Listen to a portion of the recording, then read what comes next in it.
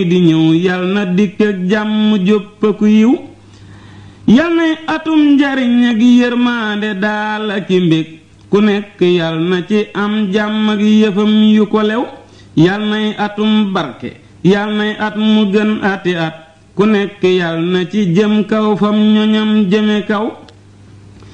yawat mi yal na nga far def gan gu ñépp gërëm teral la teg la ca kaw ngir sant rekk ci ren yal na diine ji jóg faw ak ñoñam bu rafet yéefar yi yal na ñu suufe far mi selaw yal na jullit àtte mboolem réewi yàlla yi nag sikeer si jëm kaw ñu naa askay diraama ka daw mbégum jullit yal na ñëw ren ñëw gu bette gu fés ñu far bégal mag bégal góor ak jigéen ak ndaw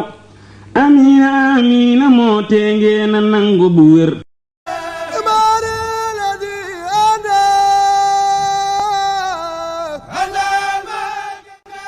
Ini nga ànd ak seen groupe Khelcom communication.